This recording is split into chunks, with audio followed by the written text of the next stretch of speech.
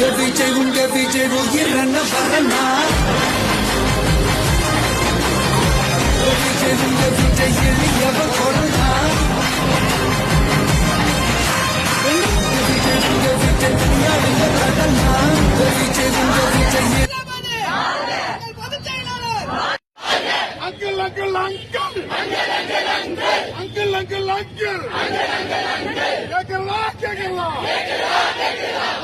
கேக்குறதா உங்களுக்கு புரியுதா உங்களுக்கு புரியுதா உங்களுக்கு தெரியுதா திருச்செங்கோட்டு நகராட்சி சரியில்லை